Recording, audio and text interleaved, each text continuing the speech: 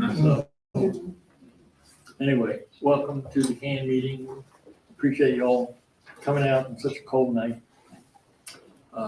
We'd like to give thanks to Julian Jackson here up front, who's live streaming this for through WHCP, and we thank WHCP.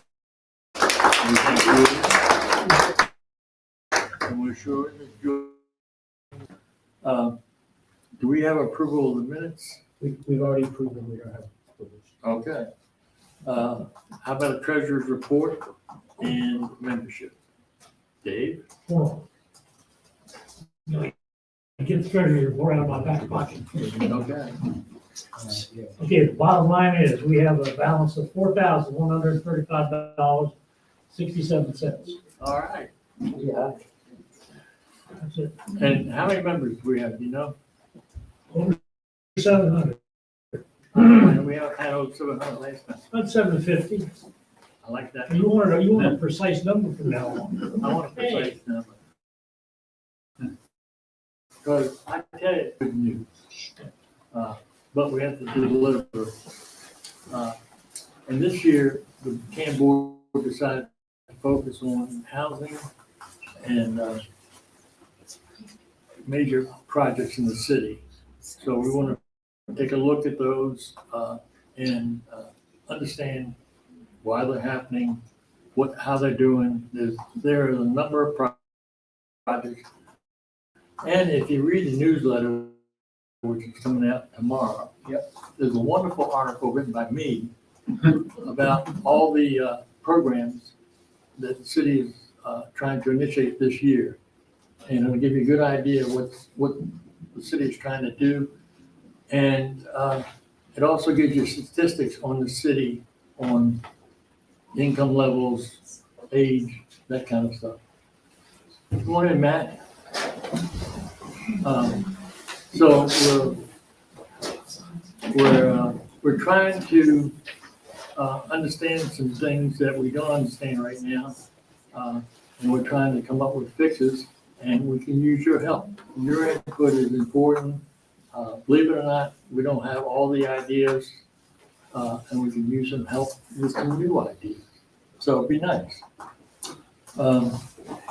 With that, I'd like to give a special thanks to Jane Weeks, right over here, who's been our treasurer and is stepping down this year. And Dave Thatcher is going to take over. Jane has done a wonderful job for us, along with Susan Olson, who also stepped down. But Jane's going to continue on as board member emeritus and come to the meetings because she's frankly an excellent source of what's going on in the neighborhood. She walks those dogs around and I used to. gets all the info and brings it to the board meeting. So we appreciate that, and we appreciate your efforts over the past few years with the treasury. And we're not going to miss it because you're going to be there.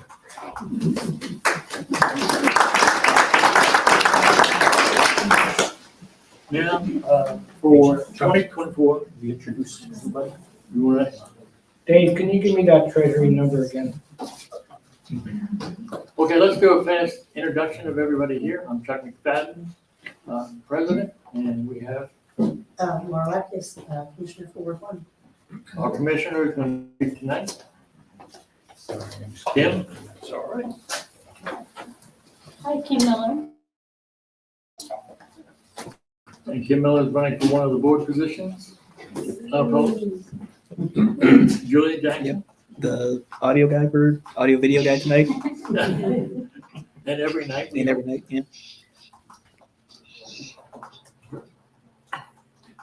I'm Burgess Keenan, a new resident of Cambridge. We moved into Deep Harbor All right, and great. a new member of CAN. All right, appreciate you coming. Barry? I'm Perry Paraguay. I actually live at the end of Oakley Street and work at the marina. He's our marina guy. We love him. Matt? Matt Leonard, 106 Somerset Avenue. And Matt's CWDI. Nancy Leonard, married to Matt, 106 Somerset. All right. Donna Towers. I live at Cambridge Landing. Donna is also running for a position tonight on the board. So we want to switch back over here? Yes, I'm Trina Shepard McFarland. I've been here about 2.5 years now. And I do a lot of work with DCA. In the art part of it. So, and I love it. So that's why I'm here. Jane Weeks. Fran Gross. Steve Gross. Alex Trent, Glenburn Avenue. Amy Craig, 110 Somerset. Bill Craig, 110 Somerset. David Walker, Foxdale Drive.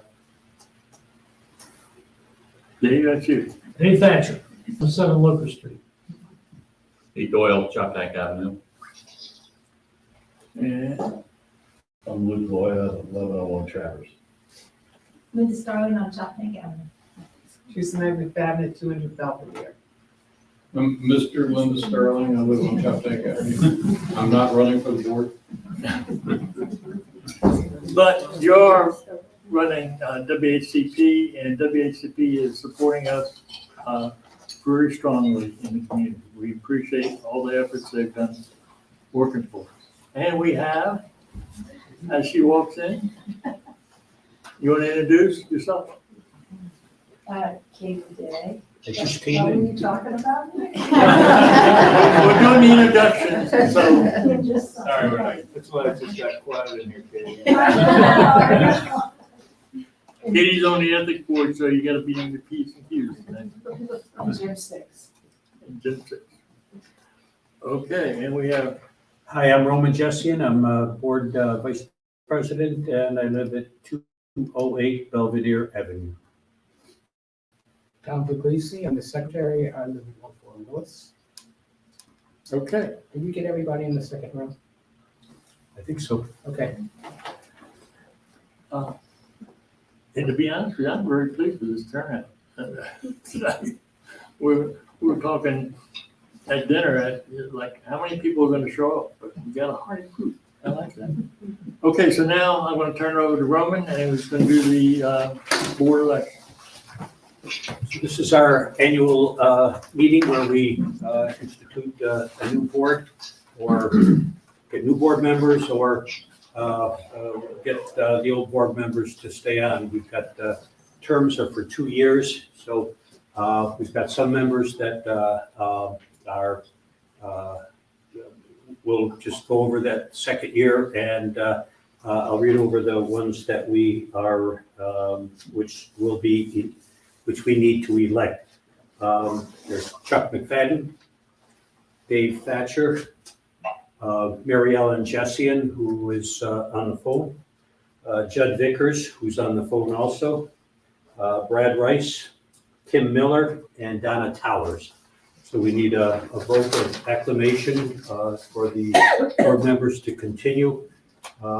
It's too late to suggest anyone else. I guess we It's at 30 days. have a voice vote.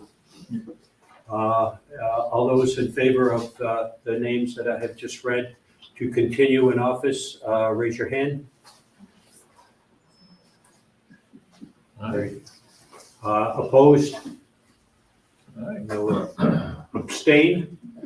Yeah. No abstentions. That's right, Brad. All right. And the folks, we have the names of the folks that are staying on. The folks that are staying on are Me, Roman, Dave Thatcher. Roman, No. Tom, me, Sharon Smith, who's not here tonight, Andre Dernick, who's not here tonight, and Rick Kluckberg, who is also not here tonight. Their terms expire in January 2025. Okay, Okay. questions? Good. And with that, we'll Thank you. move to the charter change that's being proposed, and that's Tom.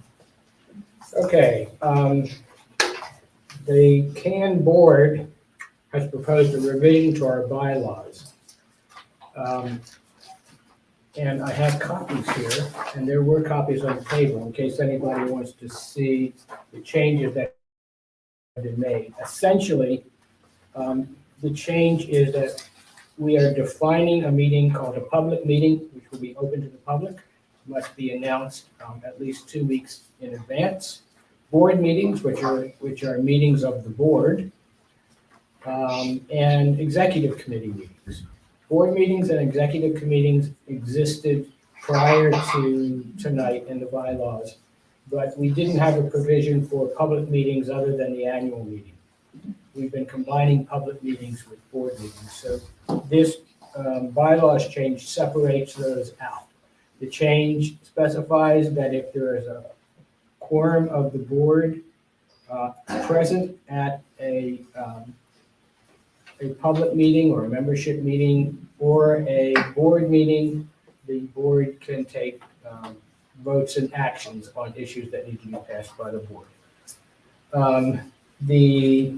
It also specifies that all CAN meetings, be they executive committee meetings, board meetings, or public membership meetings, have to have notes taken and distributed to the entire membership after the meeting.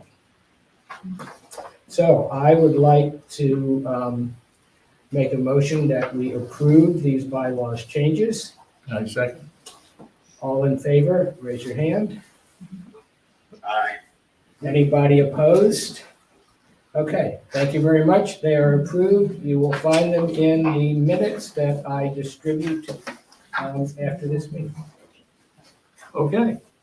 With that said, I know that was an exciting part of the meeting for you, and why most of you came was that bylaw change that you got, man, I love bylaw changes. I should note that we needed to have at least 20 people here to make the bylaws change and do the election. And we have more than 20 people here, so thank you again for coming out tonight.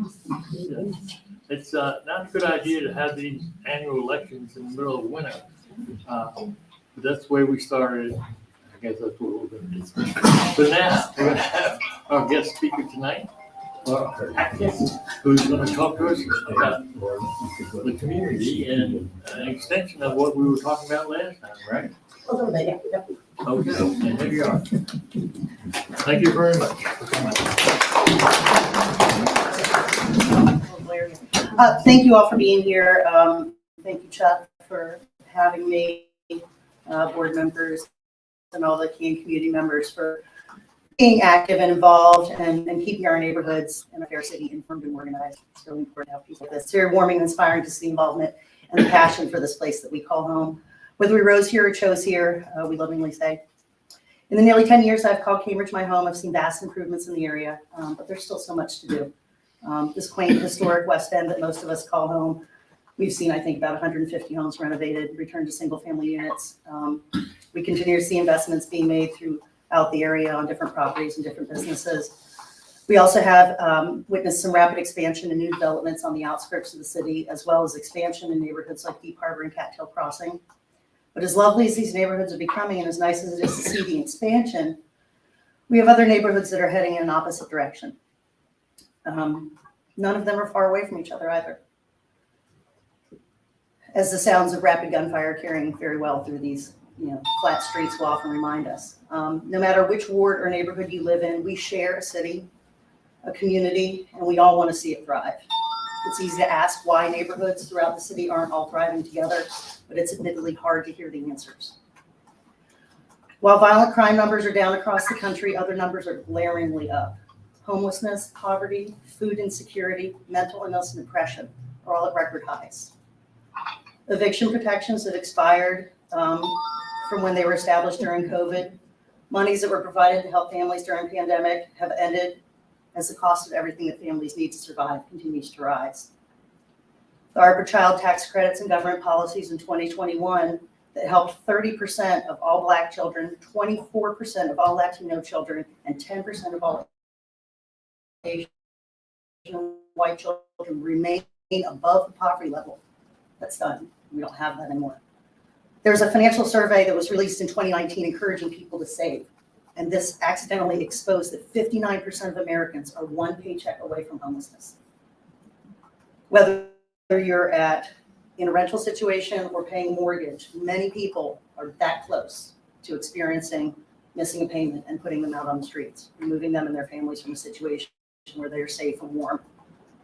In 2020, national poverty climbed so rapidly in one summer that nearly 8 million Americans sunk into poverty and therefore despair. This comes as a package deal.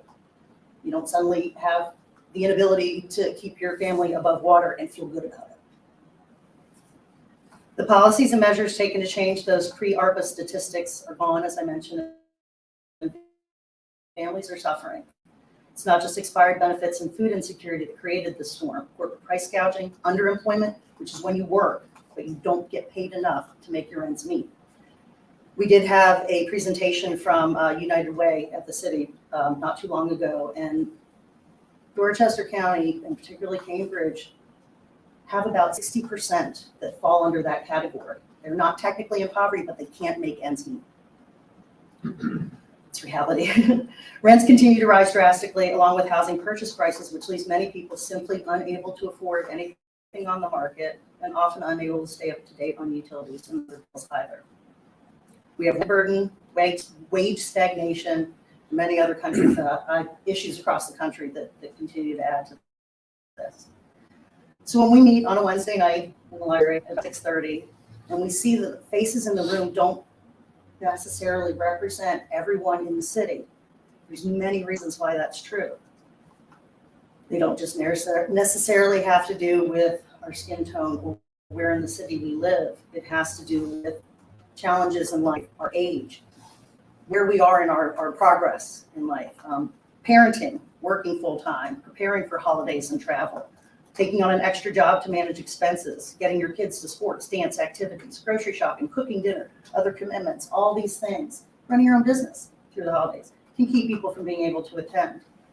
Another reason that's much harder to discuss is the city was built up in many ways to be divided and to stay that way. Prior to the Treaty of Cambridge, Black people in Cambridge were rented actual chicken shacks.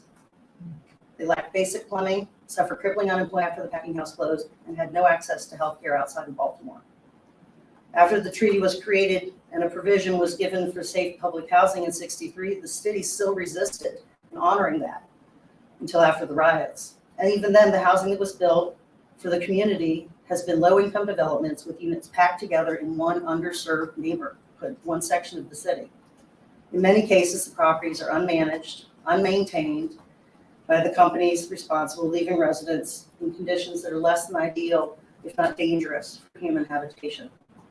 Many units are inhabited by more people than they are designed for, further stressing utilities and infrastructure, while security services are not provided as contracted to keep the area safe for residents. It places an undue burden on our police department and our social services.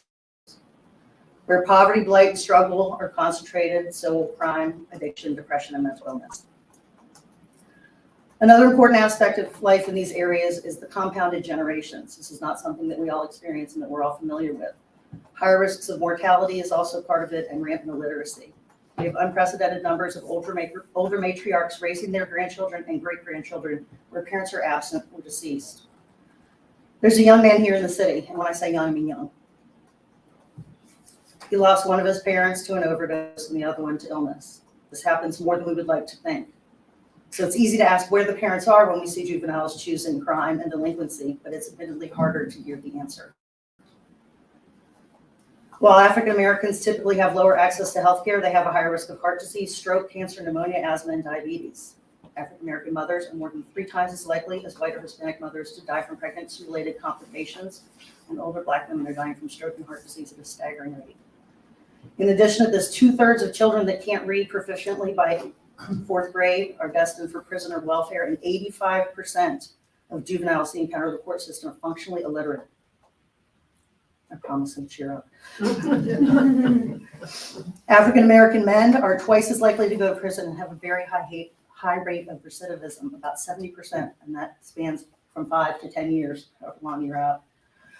So we have neighborhoods full of children that have little to no parental structure support, no ability to read or advance in society, no generational knowledge being passed down, and very little hope for better.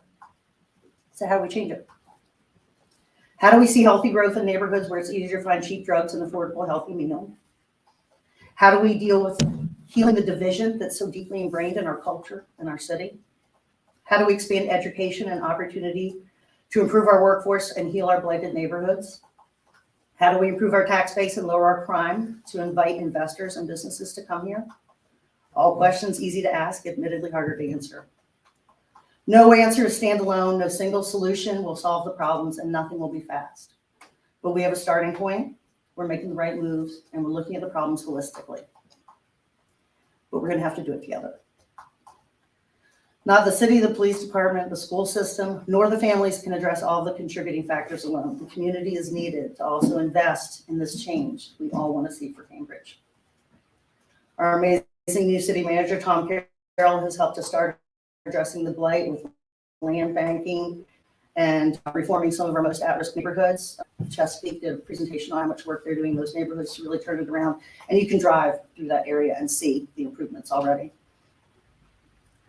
City Assistant Manager Brandon Hessen has kicked off a new program to equitably address code violations throughout the city, give us a starting point to manage not only owner-occupied homes, but especially rentals that are not being kept up to acceptable standards. The foot patrol methods are being used and they will take about 2 years to complete throughout the entire city. But we really hope to see better communication between the residents and the city staff, solving facade, safety, and blight problems in all neighborhoods. Our Cambridge Police Department has made great strides in not only protecting and serving the populace, but reinforcing their numbers, also redefining their relationship with the community and its youth through vast community policing efforts that are now being mirrored across the state because they're showing such great results here in Cambridge. I participate in regular ride-alongs with the department because I want to see, hear, and experience not just how the department is working for us, but for them. From responding to shot spotter alerts and violent crimes, handling abuse and vitriol from residents, backing each other up during traffic stops, and handling domestic and emotional situations, these hardworking men and women are doing everything we need them to do and more to take care of this place we call home. And here's what I call on you. I'm gonna take a drink of water.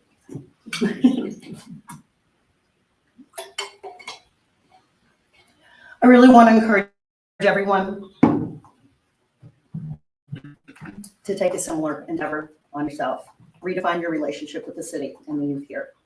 Volunteer, mentor, engage with your city and your children, share your wisdom, your experience, and your energy because each of you has something to offer that no one else has. I don't have to tell this group to attend meetings and stay informed, you're all on it.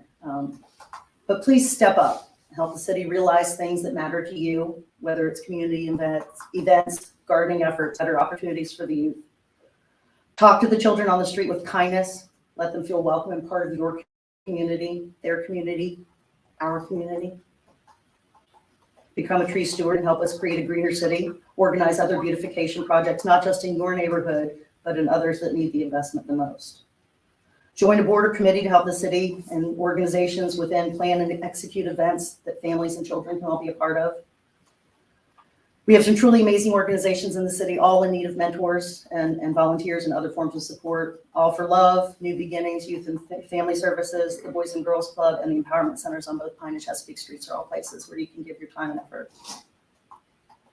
You can connect with children there, you can inspire them, and therefore the future of our city. My personal endeavor is I do an art program at New Beginnings. I started that in the 22-23 school year with support from the DCA. They actually reached out to me and offered me funding for that. I've continued that program through the summer and it's still going. And we've just completed another application to increase the funding and continue the program into next year, next summer, perpetuity if possible, right? They've also offered funding to the Boys and Girls Club so they can kind of follow suit, but there's only one of me. So if anybody is able to step up and help out, I call it a little bit of construction paper and control chaos.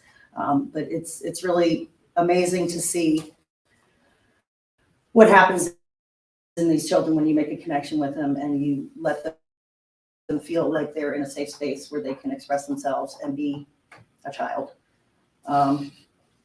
Last week we made a little Aurora Borealis polar bear scene with tissue paper and bear silhouettes.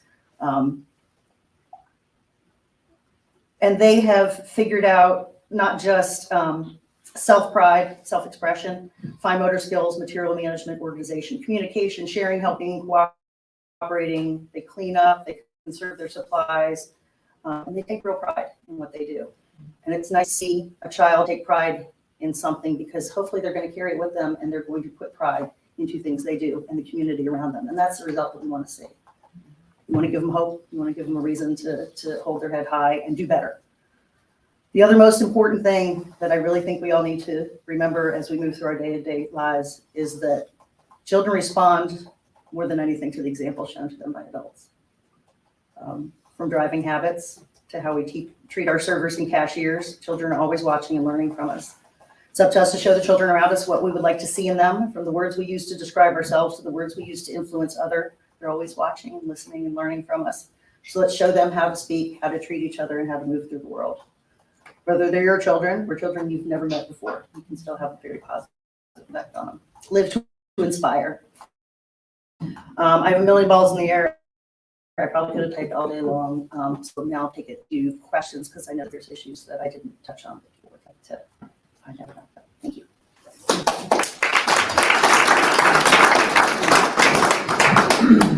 Anyone?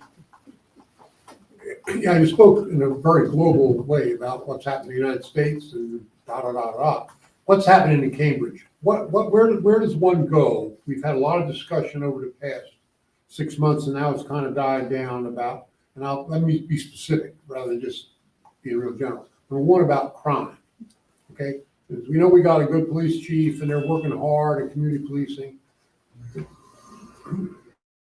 What are the statistics?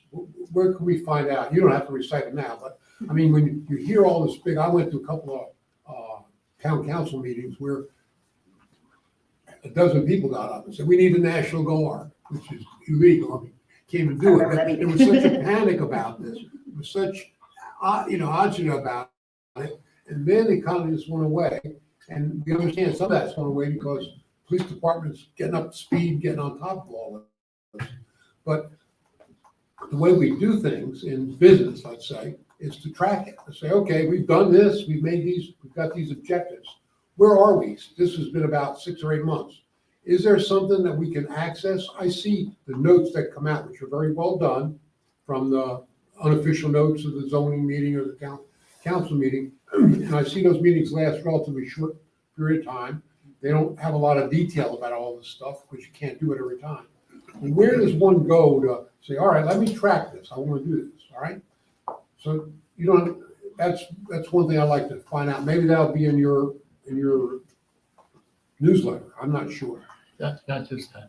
Not this time. Well, see, so now when's the next newsletter coming out? But Chief Todd. I shouldn't have to call Chief Todd every time I want to find out how many he shots puts out fired. an annual report.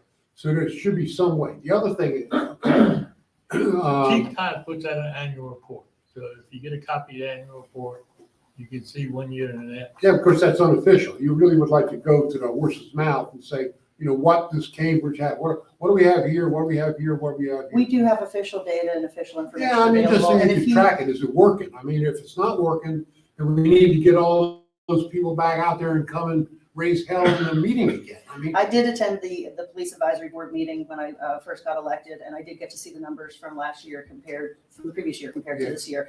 Police Chief Todd did come to a CAN meeting here and did a presentation on a lot of those numbers as well. And I can, if you leave me your email, happily no, it's all provide you right. that information. This is more in general. And I'll do something over on the other end of the spectrum. Leave the police alone for a while. Okay. The building, there was such a big fuss about, and I assume it's going to go on Ray Street, across from the Center Market. The Hearn, yeah. Okay, which is kind of a cornerstone of this town. I moved here about 4 years ago. I lived a while above there on Ray Street, or whatever it's called, Blackwater. And, I said, why is this stuff out in the middle of the street? There's big posts, and it was a rat's nest. And everybody said, well, they ran out of money and all that. Then I started reading about all the problems with this developer, okay? Wouldn't respond, wouldn't fix that street, wouldn't do anything. Finally, it got fixed, all right? The building isn't being done, but they kind of cleaned it up. And isn't it amazing that right coincidental to that time, or at the same time, if you will, they wanted to renew their construction. And there was a lot of discussion about that. And I know that Brian Roche actually made a big case for not doing what they wanted to do simply because of the cost, the concentration of that kind of housing altogether. You know, a lot of reasons. You might be for or against it. But again, it was just like the meeting in the town council. There was a lot of action and a lot of back and forth. And I would think if those are the same developers that ignored the city's pleas to clean up that area and fix it and just said, you know, forget about it, man, you can't do anything else. And if those, I'd like to just find out, are those the same people that are gonna develop that now? I know that that building has changed hands a few times. Yeah, well, it all changed hands then, because if those people are the people that are gonna develop that building, Let her we ought to throw them out of town. Let her How do respond. you find out? So what's the sense on that? Sir, let her respond. Let her respond. I can't hear you. You had a question, let her respond to the question. All right, well, I mean, I'm kind of laying it out. So where are we on information about that? Unfortunately, the city cannot manage the release of information from the different developers. We can only handle what they bring before us, and we can only vote on and deal with what is brought before us. Not every development requires planning and zoning or historical approval, so not everything comes across the city council. The last update that I got about the Hearn building, and this was from Tom Hutchinson, who is our state delegate and who has gathered interested parties into some meetings to work on this communication and ensure that whatever happens there is in the best, interest of the community in the long run. Green Street is a group that seems to be misunderstood by a lot of people, and I was one of those people for a while, and I did a little bit of research into them. A lot of the projects they have done throughout the shore are rehabs of old USDA developments, many of which we have in the area, right, and definitely needed to be rehabbed because, as we mentioned before, a lot of them have been left unmanaged and unmaintained over the time. So that's a large part of what they're doing. They're going to communities and building things up that way, which is nice. The development that they have here in town that we can reference is I believe it's the New Horizons Apartments on Muir Street, which admittedly is one of the nicest low-income housing developments we have in Cambridge. And that gives me quite a bit of insurance. The same maintenance company that takes care of that building will be taking care of whatever happens in the Hearn building. Where we are in that process, I do not know yet, because there are some steps that have to be taken with planning and zoning in some of those areas. We are also in a process of reseeding some of our committees within the city that are going to help us make some of these decisions. So nothing's going to happen while it's freezing cold outside. The city does really want to be as transparent as possible with everything that we do have coming forward. So please rest assured that no matter how things have happened in the past, because I know that there's a lot of that in Cambridge, there's a lot of memories of how things have been done previously. We are really trying to do better. We are really trying to move beyond that and show the city that we're going to break away from old practices and we're going to do things differently now. So that's what I know about the Hearn building, which is not a lot. My question was broader though. Where's the repository for that information? Sure. As I said, the developer is in control of all that You're hitting on a information. problem that we used to get through newspapers. We used to have reporters. There are no reporters anymore. Okay? We don't have investigative reporters in the city. None of the newspapers support anything like that. And that's why CAN is so important, to keep you informed on the government activities, the city government activities. We cover a lot of the planning and zoning and all those meetings to let you know what is going on and try to keep you up to date as to what's happening. But it's a big problem without real reporters. We don't have them anymore. And that's a shame. But I think we need to move on to somebody else. Does anybody else have a question? Could you talk a little bit about what's going on with the Bradford House? The Bradford House has kind of been a constant struggle for Cambridge. I heard it was very nice at the beginning. It's another example of development that was built in the city and then left to not be maintained or managed by the company that was in charge of it. The last report I heard was that they have open communications with the new management company and that there are actions being taken to deal with that.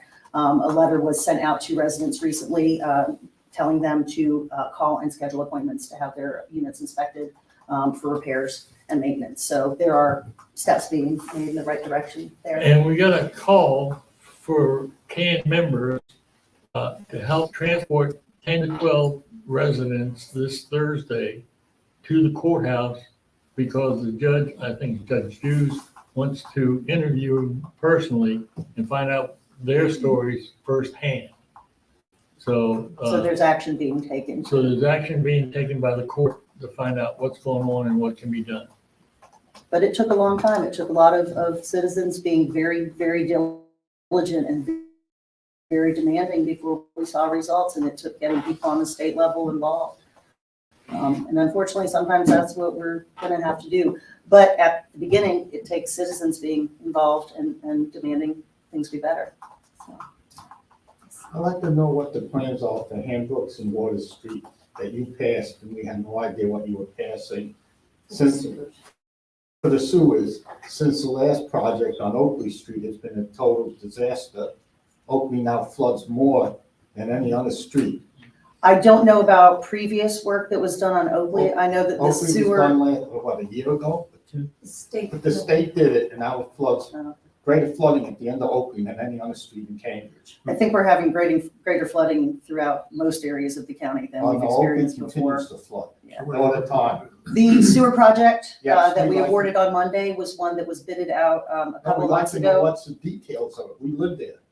So we're working on redoing the sewer system. We don't want the city screwing up our streets like they did Oakland, okay? Making it worse. That's Well, what the city isn't state did doing the on work. Oakland. There's a contractor that specializes in the work that took the bid, and they're gonna be doing it. As soon as that is activated, we're hoping that the work is gonna be starting, I believe, by March. Yeah, but we don't know what you're doing. That's the key. You're just saying you're fixing the sewers. What's that entail? What are they doing? So I'm not an engineer and I don't have the I am. specific details on that. Okay, And we'd like to know what you are doing. I Are can you definitely, destroying our street and our property? so our efforts are actually to stop violating the Clean Water Act, which we do on a weekly basis and we pay They've been significant doing fines that for for. 18 years, the city. And we wanna- Oakley has, And like I said, we want to break old habits. We want to stop doing that. Oakley has had the separation. It had it 18 years ago, and it was supposed to continue throughout the town and city. It never continued. Yeah, we didn't have money to do it. And now we do. Steve, they're And otherwise, what we'd like to see is a comprehensive plan that we can read to see what you're gonna do before you do it. We should have a say, since it's our street and our property. right. So I They're hear in- what you're saying, but we also have many, many residents that are demanding we do something about the fact that toilets can't flush when the streets flood. Yeah, no kidding. And we can't deal with that without dealing with the Are you gonna sewers. tear up our sidewalks and then make us pay to fix them No. again? No, Since we Steve, don't, they just Monday, approved contract with Bramble.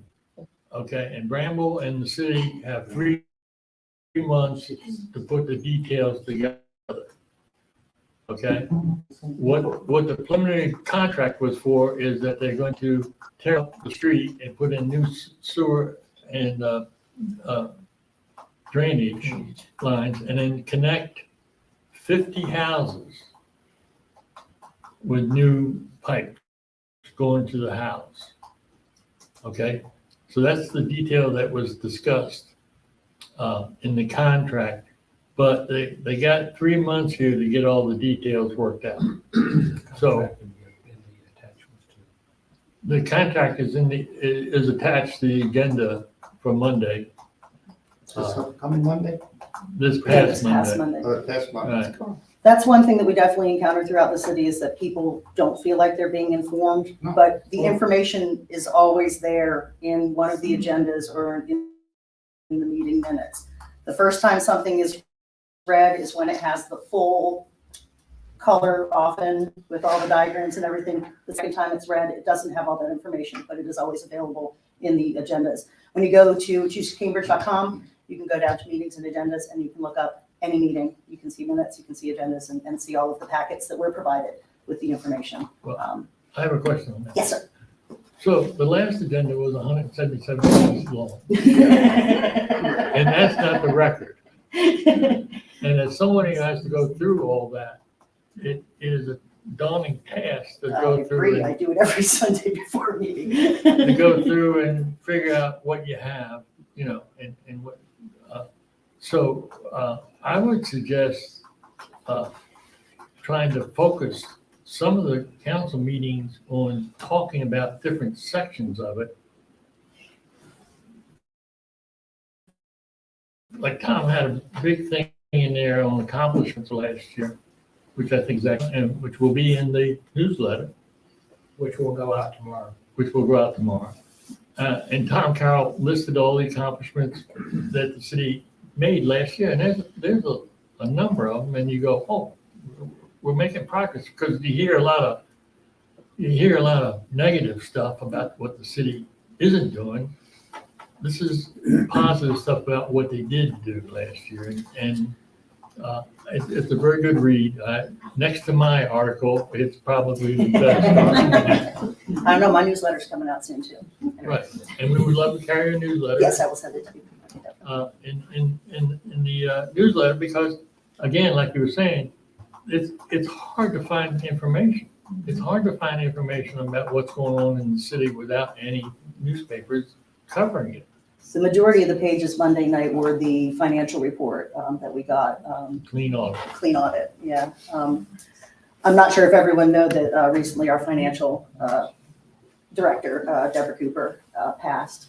And the final testament to the great job that she did with the city was an absolutely spotless financial audit for Cambridge.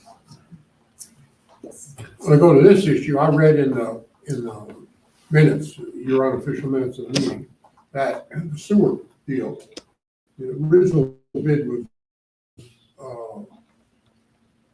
$4.8 million, and it was rejected because it's too high. And then new contractor, who's a local boy,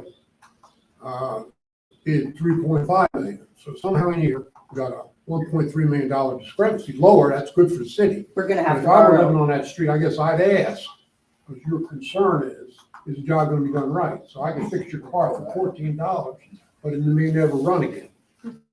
So, I mean, that's where you get into, well, you've got good people in the engineering department making these decisions, but people have questions about The bar is so low, I'm sure it's gonna be better.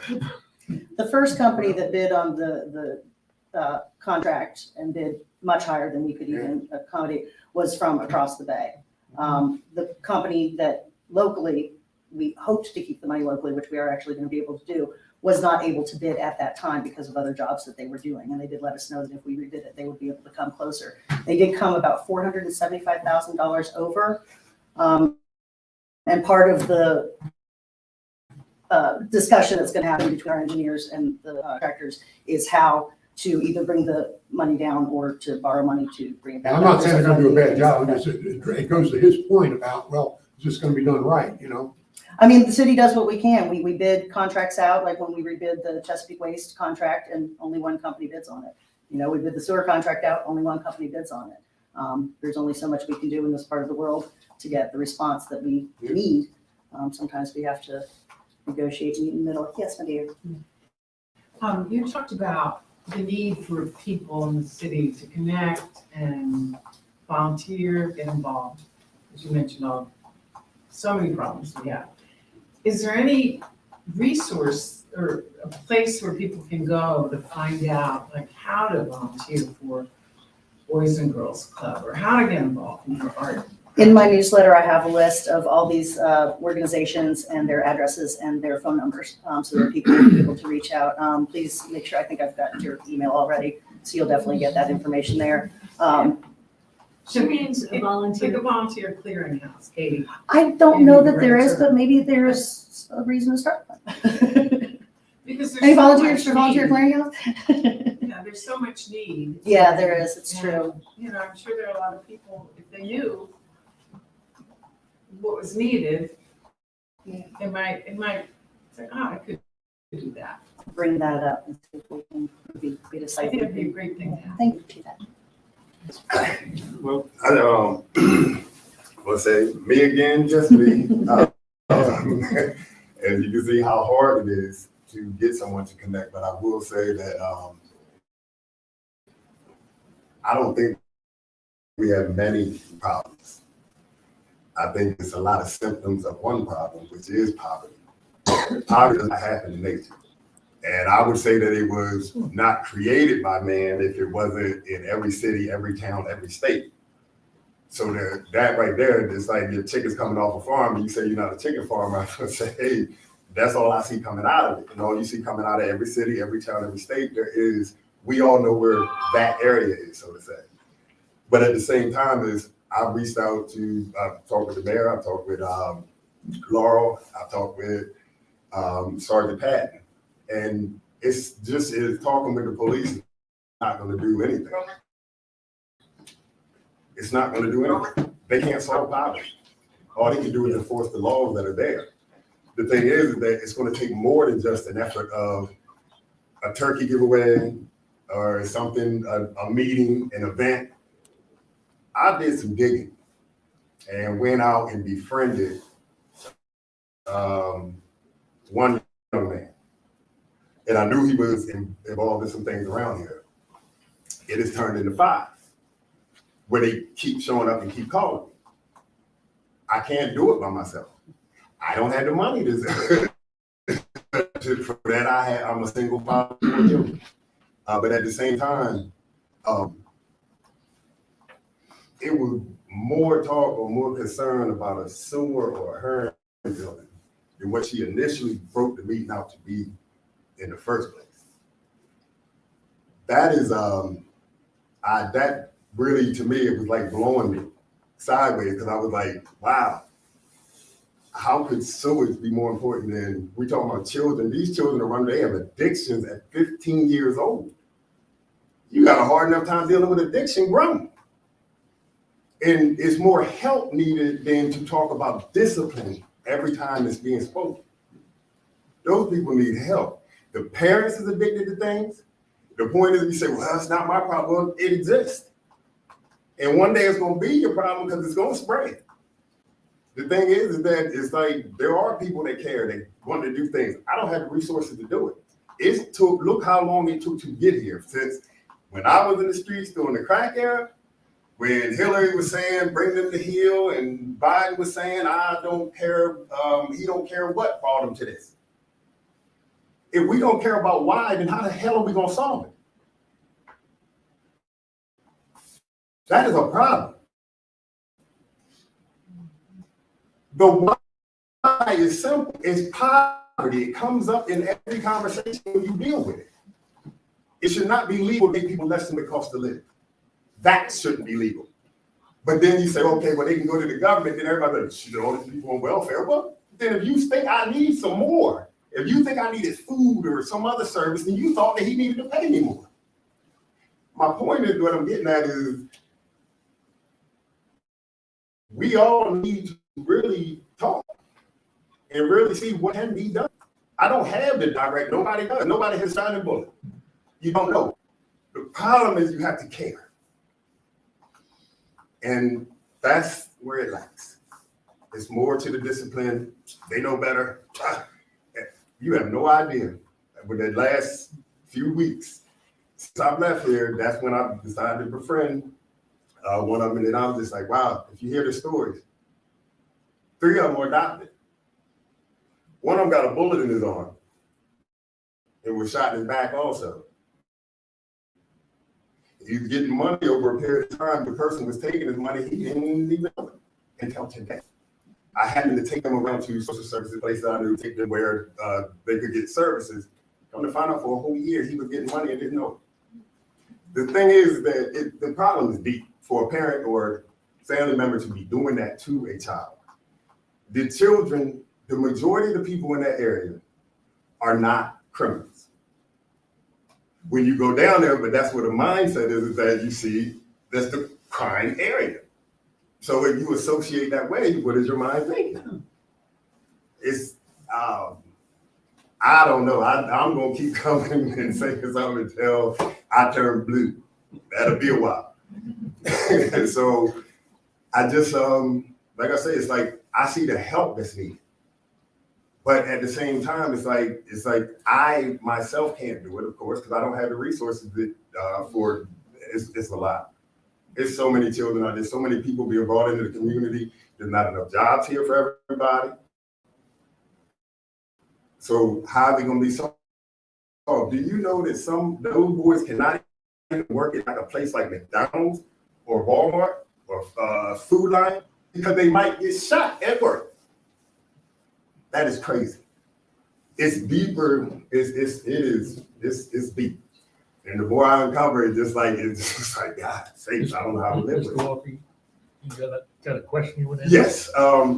My question would be is more so is like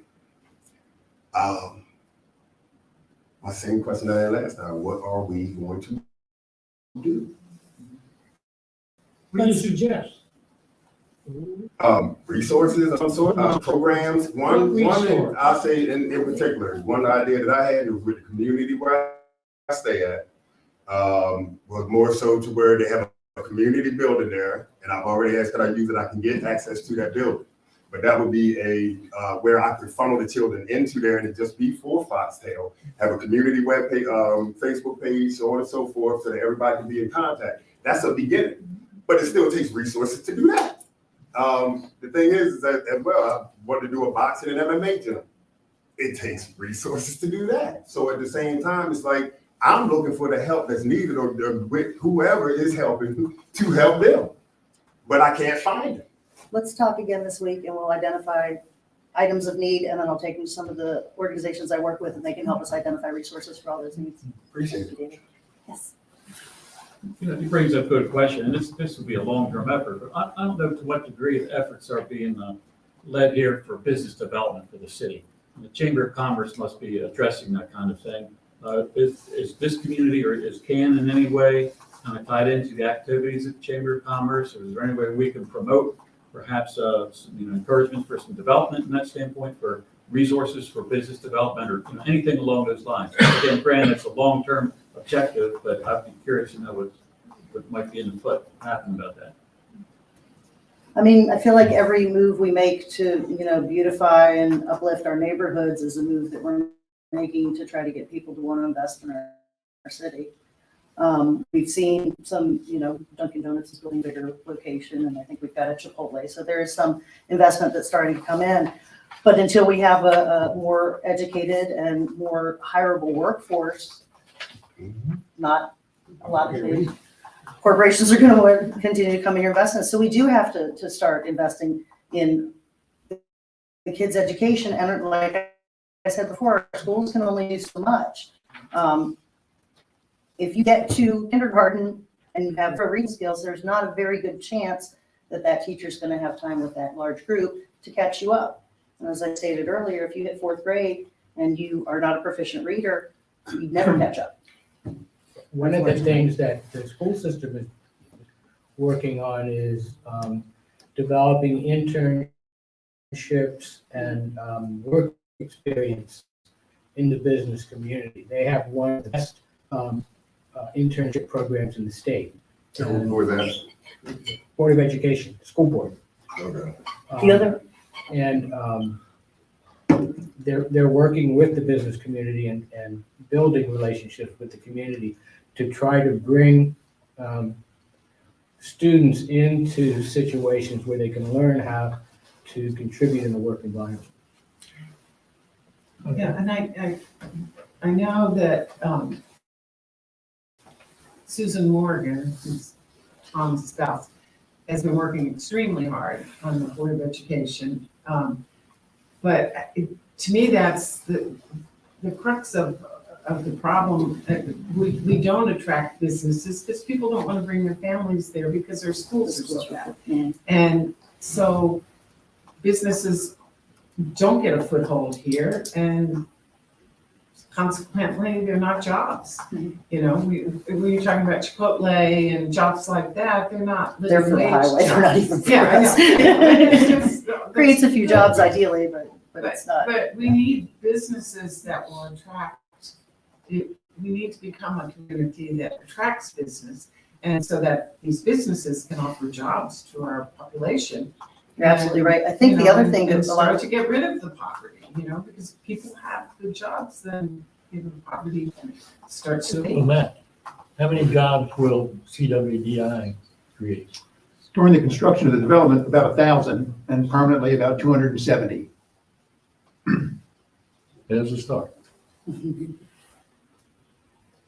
I just was gonna say one thing about the reading and whatnot, because it sparked thought and into what he said, what do I suggest? And when I took them to fill out the applications and things like that, I did notice that they're 19 to 20 years old and having a hard time reading. So I would suggest before even getting them into a workplace, somebody that they actually, and I would volunteer myself to teach them to read. One of the easiest places to volunteer is in elementary school. Teachers love to have another adult in the classroom to help them just keep the sanity to a level, because kids will behave differently when there's an adult in the room that they don't know well. And doing a reading hour with kids there at the library or at one of the community centers, the littlest way of donating your time can really have an effect. It doesn't take much connection with the kid to trigger that spark, to help them move forward. So Let me just say that DCPS as a Board of Education does recognize that reading is a major deficit that is pervasive in the school system. You would be appalled at the statistics showing lack of proficiency in reading at all grade levels, and the low numbers of students at each grade that are performing at grade level. The system is trying to address that with a number of programs, and especially targeted reading programs. But it's going to be a long-term effort to get meaningful improvement, because we are so far behind. Okay, we got one more question over here. Totally off the subject. Since the last CAN meeting, which was the first one I had attended, I had been doing some reading online about the organization, and I read somewhere that there is someone in charge of doing a study to turn Cedar Street into a green street. Yeah, I think Brian wrote before, something like that. And I'm just curious what that was and where I learn more about that.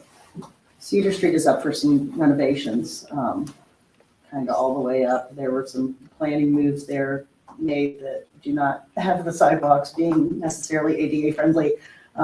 So there's a few changes that are going to be made through there, but turning any street into a green street really just means improving the tree canopy and making it a little greener, which is something we're trying to do throughout the city. There's large areas where we've lost a lot of trees to blight, and they're not being replaced. That's in private yards as well as on streets. Carlos Eston and the tree stewards in the city, and he did a great planning recently, are working to kind of restore that and expand. And Carlos Eston is always looking for suggestions on where to put more trees. But from what I understand, turning it into a green street is mostly just, getting some trees there. And that reduces the temperature on the street and, improves living for most people there. Let me read you a couple of notes here. The city has approved for this year homeowner helper, which is $500,000 to help homeowners who can't afford it to fix up make repairs on their home. And the city will put a lien on the house, and hopefully it'll be a revolving fund to help people fix up their home. They can't afford it. They're also doing sidewalk revolving fund, which is $200,000 to help people who can't afford to fix their sidewalks. It's, again, a revolving type fund thing. Healthy Homes, which is dealing with lead paint, especially for children under 6. You got home ownership, the HOW program. Cambridge is receiving $5.6 million to build new homes, make more repairs and legal services. They have a land bank initiative, $1 million to buy up bad blighted properties and return them to use. They got code enforcement. They hired more code enforcement officers, which everybody wants except when they do your house. It's always a bad thing when they look at you. Anyway, code enforcement. They've hired a housing specialist to help with paperwork for people who can't handle it.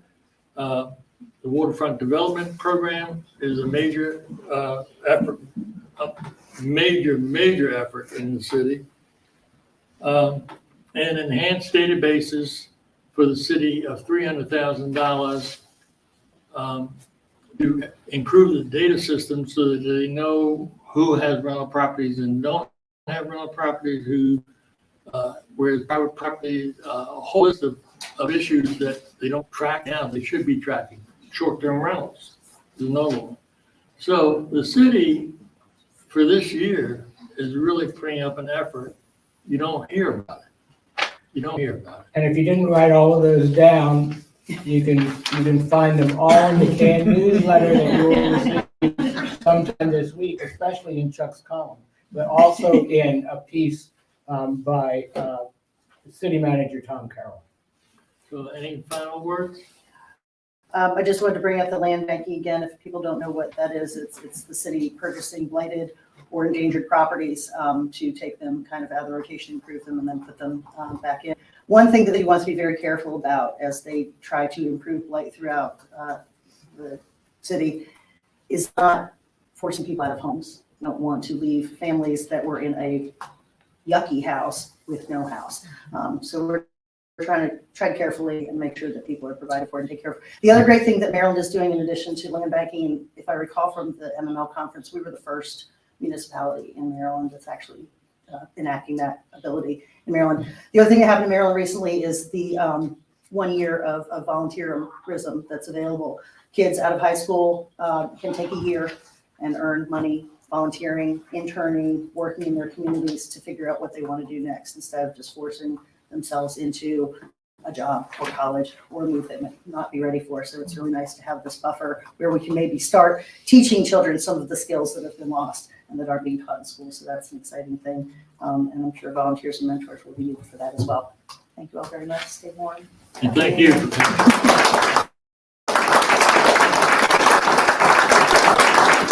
That's it, folks. Be sure to button up before you go outside.